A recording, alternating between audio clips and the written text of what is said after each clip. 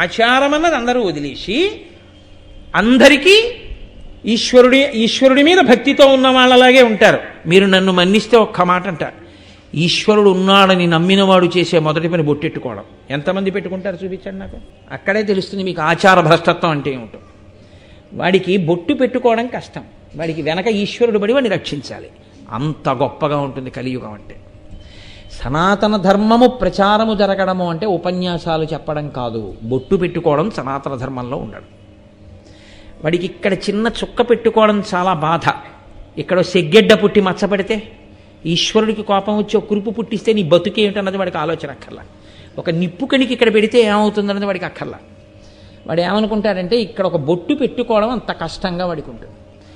అది భక్తి.